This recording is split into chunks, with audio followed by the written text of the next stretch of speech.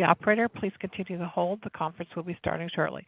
Once again, this is the operator. Please continue to hold. The conference will be starting shortly. Thank you.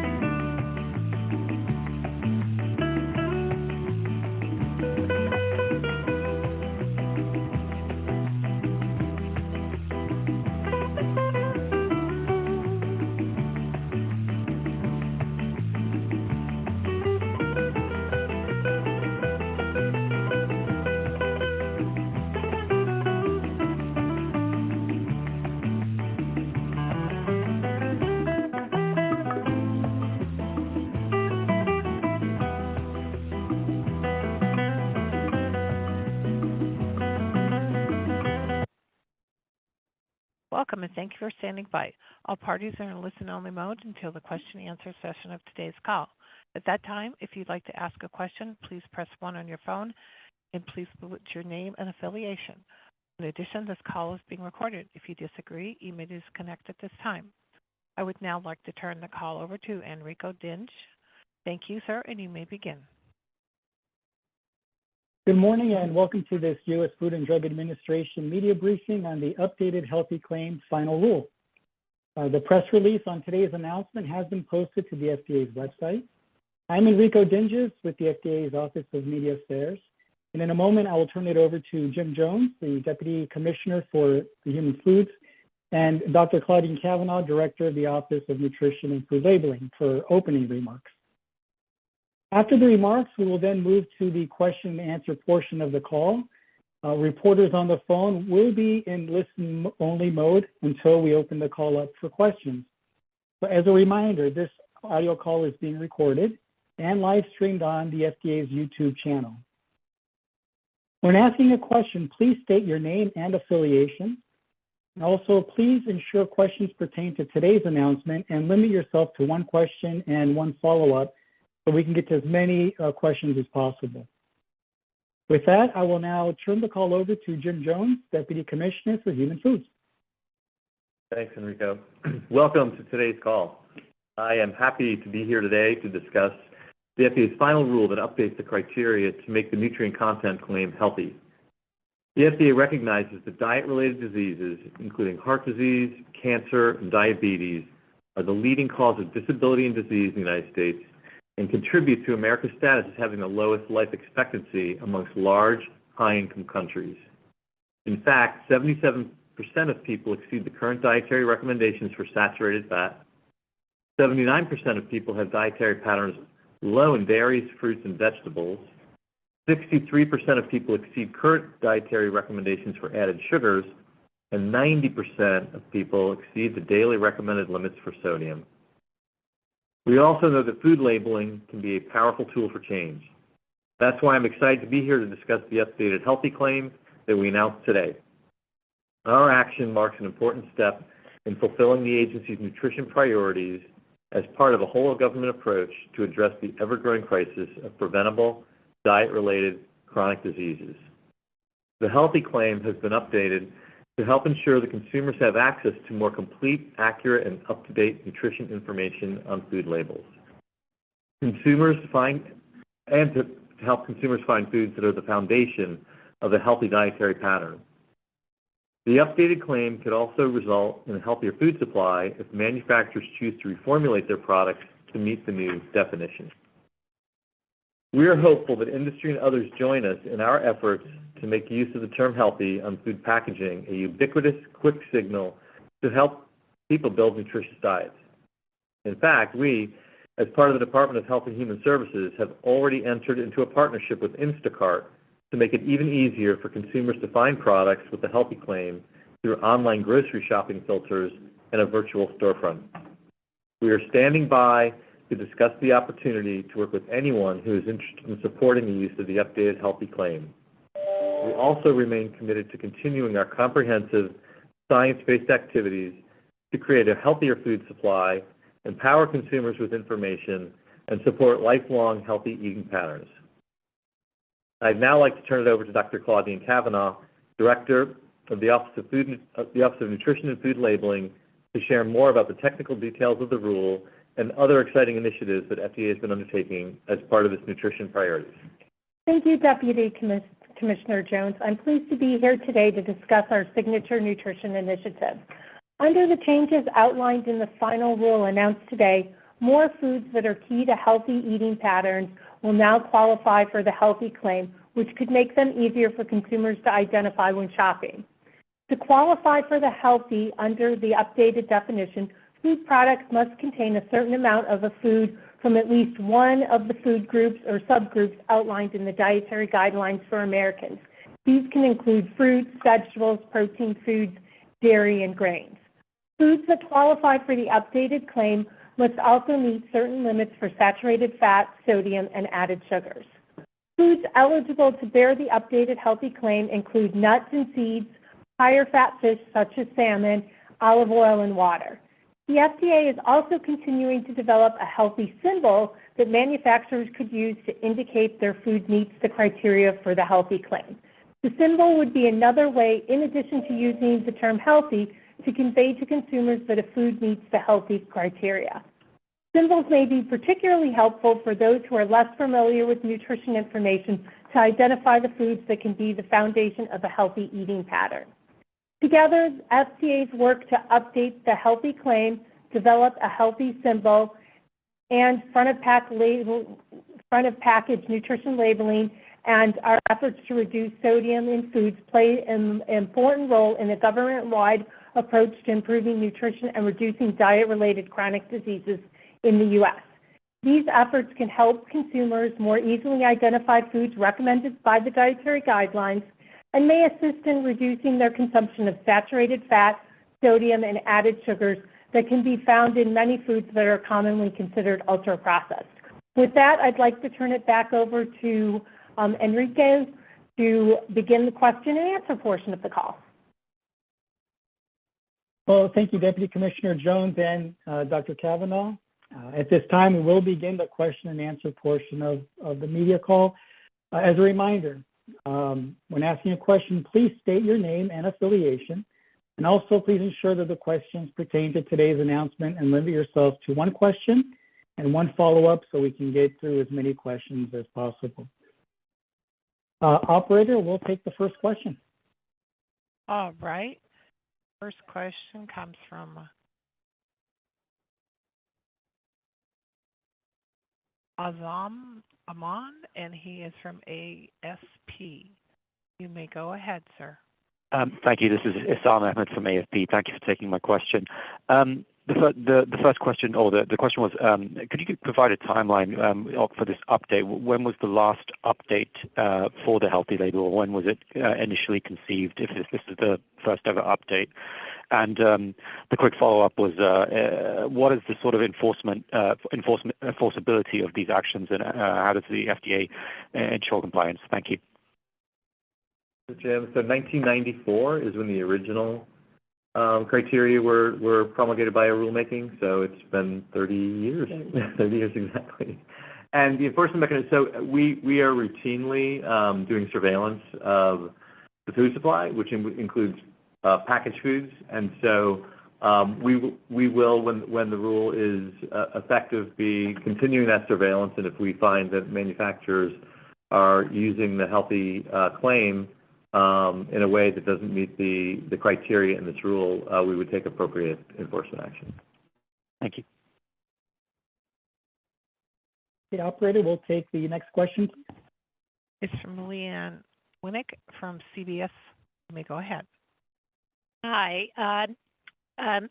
Wondering about a little more nuance on the enforcement. Is there a limit on the size of the labeling with the word healthy on the font size? And what about products that are branded healthy choice or healthy options as part of their name?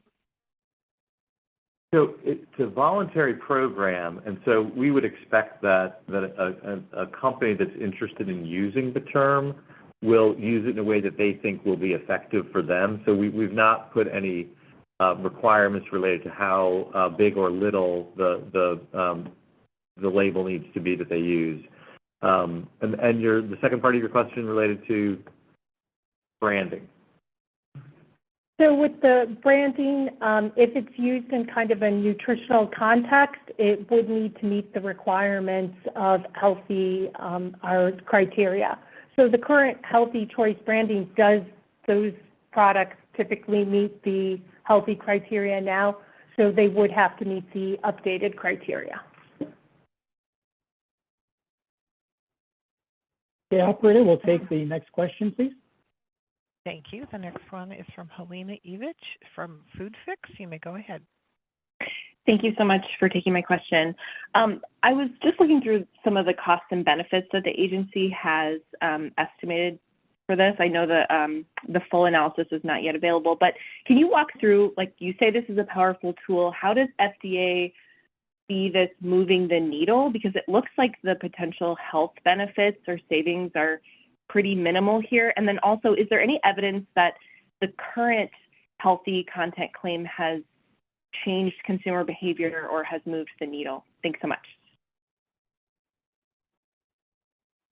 I'll take the second part first. The current definition is very outdated.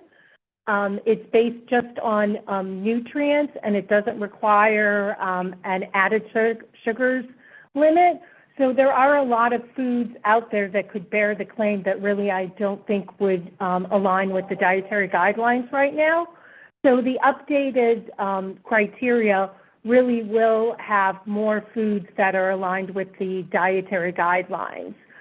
Things, again, like salmon, olive oil, whole grains would all be eligible. And again, it would have the added sugars limit that isn't required on the old definition. And can you repeat the first part of your question, Helena? Yeah, so I guess in terms of looking at the benefits, like the public health benefits of this proposed, or the finalization of this, what are you basing the benefits on, and how much does FDA really see this moving the needle? Because it looks like the benefits the agency calculated are pretty minimal. So just can you talk about the public health benefits in terms of, you know, reducing all-cause mortality, chronic diseases, just the healthcare benefit, the public health benefits? Can you talk about that? Sure. So I'm definitely not the economist, so I think you're going to have to wait for the RIA to come out. But I think the healthy claim can be a real quick signal to help empower consumers, including those a little bit less familiar with the nutritional information. So it really can help them identify foods that are the foundation of a healthy eating pattern. So providing this information will really empower consumers and may even help foster a healthier food supply if some of the manufacturers choose to reformulate and develop products that meet the updated definition. This may ultimately help magnify the impact on those with diet-related chronic diseases, which, as you know, the rates are very high.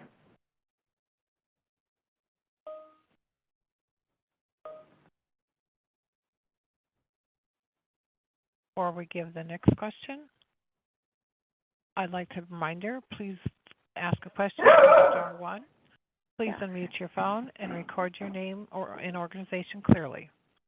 I also want to add on one other thing for Helena. I think too, Jim talked about our partnership with Instacart. I think that can also help amplify the use of healthy on labels, and when people who are purchasing their foods more online, which we all know is increasing in the last few years. Operator, I think we'll take the next question, please. Okay, the next question comes from Ariel Cohen from CQ Roll Call. You may go ahead.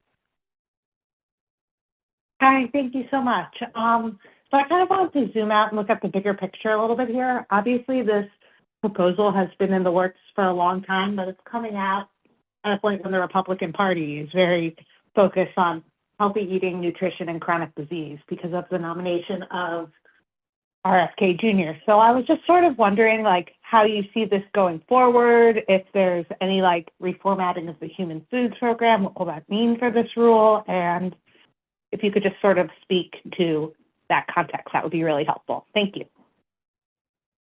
Listen, Jim, so until new leadership is here at HHS and FDA, it isn't clear as to what policy directions that the new administration wants to go. And that being said, we are all obviously watching the news and the various statements that the nominee has made, and they seem very much aligned with the nutritional priorities that we've been working on here.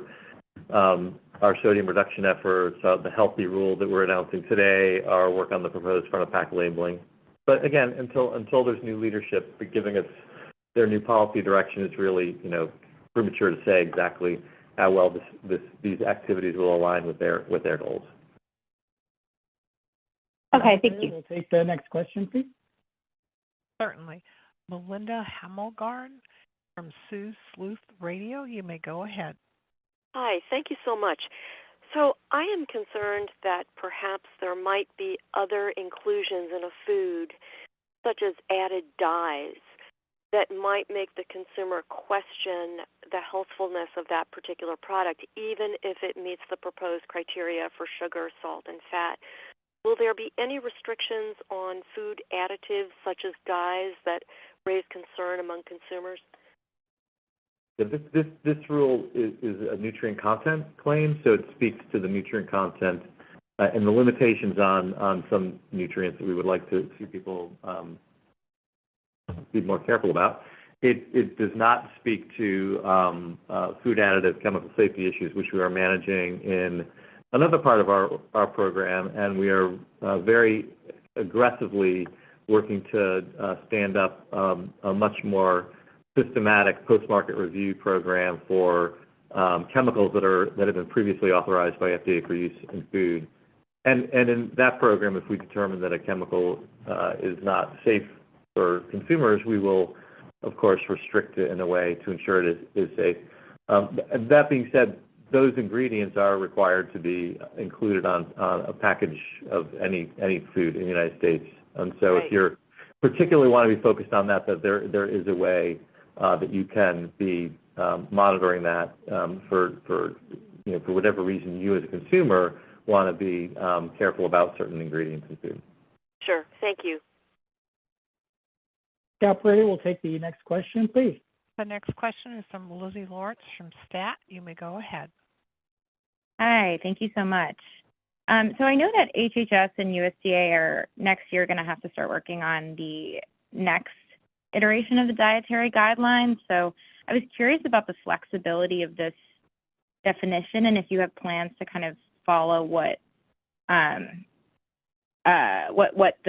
guidelines will be next year, and if there's plans to incorporate that into the rule today.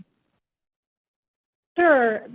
We always want to follow the latest science, so we certainly will look at the dietary guidelines for Americans.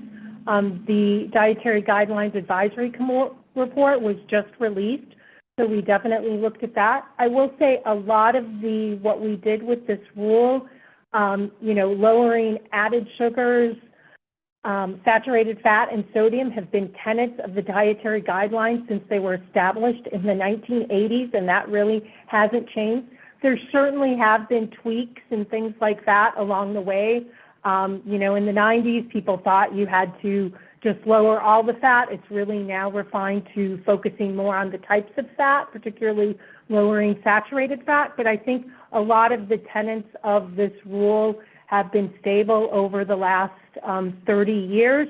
But obviously, we do want to monitor and update, and we will do that.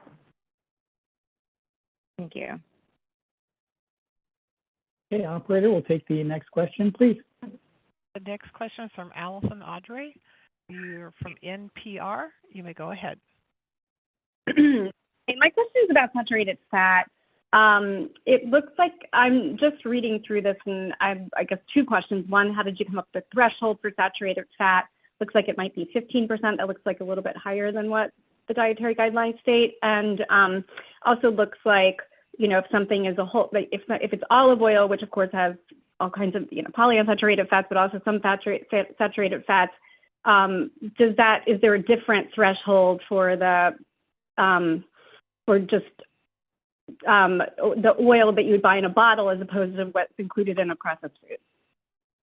So there are, for the different food groups, for different foods, there are different criteria. So if you look at like the protein group, especially if you're looking at like some of the fishes and game meats, those naturally have saturated fat in them. So if you had the same level of saturated fat for all the different food groups, you would probably not get a lot of meats and things like that. So there are some flexibilities a little bit depending on the food group. It's not a one-size-fits-all. But we did look, if you look into the rule a little bit more closely, and I know you all haven't had it that long, but we wanted to make sure it aligned with the dietary guidelines, but also had enough foods that people could choose. So you're right, there is some flexibility. I think the percentage you were looking at was more in like the protein groups. In some of the other groups, it's very small, like vegetables, which really don't have a lot of inherent saturated fats. Got it. One quick follow-up question, and this may sound obvious and dumb, but I'm going to ask the obvious and dumb question. Can an apple sitting in the produce aisle, obviously that doesn't come in a package typically, though increasingly if you shop at a store like an Oldie or a Lidl, they're packaged with plastic over top of them. Can just whole fruits and vegetables carry that healthy label, and should they, when it's obvious they're healthy? They could put it on like a sticker on the fruit that says healthy. They could have, if you have are in the grocery store and they have just the bin of apples, you could have something over that. That's labeling. So yeah, I think there's lots of ways that you could really encourage the labeling. And I think that's one of the things we talked about, our partnership with Instacart. That's more online. You know, Jim Jones, our deputy commissioner, was talking about maybe partnering with others. I think that's something we'd be interested in to try and do that to increase the whole fruits and vegetables intake in the United States. Thank you so much. And if you have any insights on when we can expect this symbol, that would be great. No, we are really working on that because we think that will be very impactful. It's a priority. Got it. Thank you so much. Thank you. Yeah, operator, we'll take the next question, please. The next question comes from Tina Reeds from Axios. You may go ahead. We've been hearing from advocates who are saying in response to this today, they're still pushing for the FDA to move forward with the proposed front-of-pack labeling system. Can you give any insights into what to expect? That remains a priority for us, and we are working really hard to get that proposal out for the end of the administration. Okay, operator, we'll take the next question, please. Next question is from Assam Ahmed from ASP. You may go ahead, sir.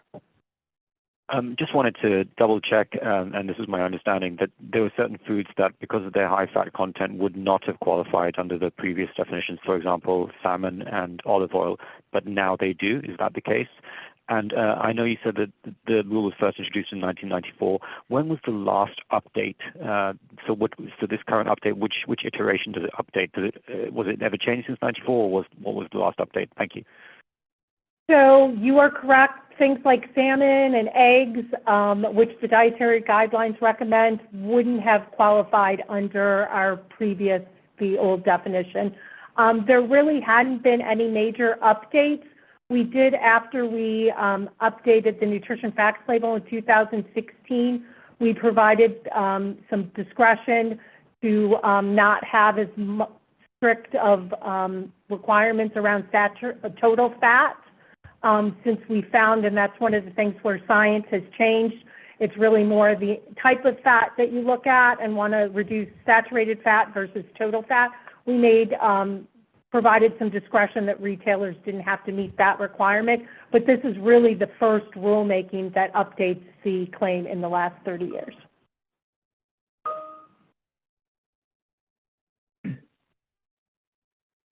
Okay, well, this concludes today's media briefing. A replay will be available on the FDA's YouTube page. If you have any follow-up questions, please don't hesitate to contact the FDA press office at fdaoma@fda.hhs.gov. And really want to thank you all for joining us today on this announcement of the Healthy Final Rule. Thank you very much. That concludes today's conference. Thank you for joining. You may now disconnect.